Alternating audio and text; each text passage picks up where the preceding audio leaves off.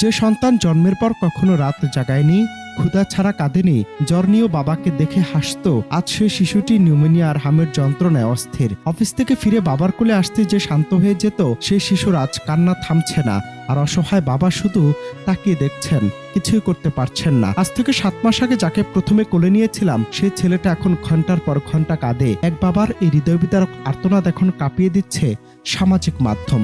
একটি সন্তানের হাসি একজন বাবার কাছে পৃথিবীর সবচেয়ে বড় স্বস্তি, আর সেই হাসি যখন হঠাৎ থেমে যায়, তখন হয়তো ভেঙে পড়ে একটি জগৎ।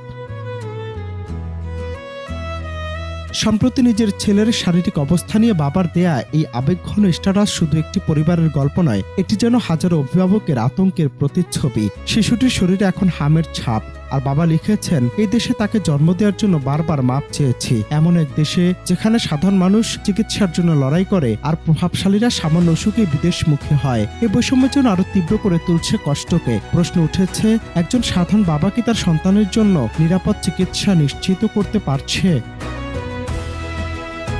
এদিকে পরিস্থিতি আর উদ্বেগজনক হয়ে উঠেছে সারা দেশে। সম্প্রসারিত টিকাদান কর্মসূচি ইপিআই জানিয়েছে, দেশের 61টি জেলায় ইতিমধ্যেই ছড়িয়ে পড়েছে হাম।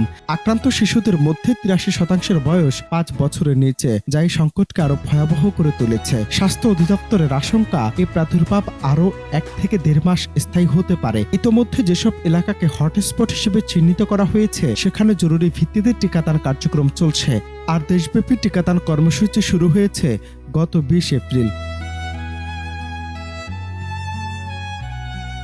তবে বিশেষজ্ঞরা বলছেন, আক্রান্ত শিশুদের দ্রুত শনাক্ত করে আলাদা রাখা, নিয়মিত চিকিৎসা এবং সহায়তার টিকা দেওয়াই এখন সবচেয়ে বড় প্রতিরোধ। কিন্তু বাস্তবতা হলো, এখন অনেক অভিভাবক সচেতন নন, অনেক জায়গায় চিকিৎসা সেবা সীমিত। এই অবস্থায় প্রশ্ন একটাই, আমরা কি প্রস্তুত আমাদের ভবিষ্যৎ প্রজন্মকে রক্ষা করতে, নাকি এমন করুণ গল্প আরও বাড়বে? অনন্ত হাসান মাসুদ, বাংলা টিভি।